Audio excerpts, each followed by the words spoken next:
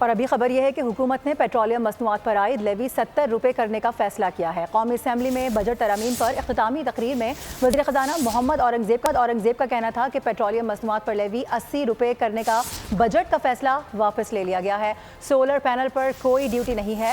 حکومت Pakistan green energy کا فروغ چاہتی ہے۔ انہوں نے کہا کہ کرپشن اور چوری کو ٹھیک کرنا ہے، FBR کو ڈیجیٹلائزیشن کی طرف لے کر جانا ہے۔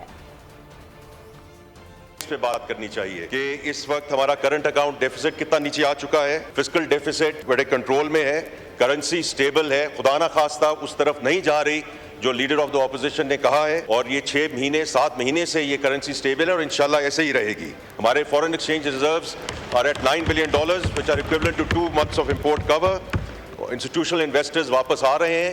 انفلیشن ٹھیک ہے ڈائنامک ہوتی ہے لیکن 38% سے یہ 11% پہ آئی ہے۔ پچھلے مہینے food inflation was at 2%۔ So as far as we are concerned, اور ان سب کو یہ ہونا چاہیے کہ اکانومی جو ہے اس میں اسٹیبلٹی آئی ہے، اور انشاءاللہ اسی اسٹیبلائزیشن کو ہم آگے لے کے جا رہے ہیں تاکہ اس کو فردر گروتھ کی طرف لے کے جائیں۔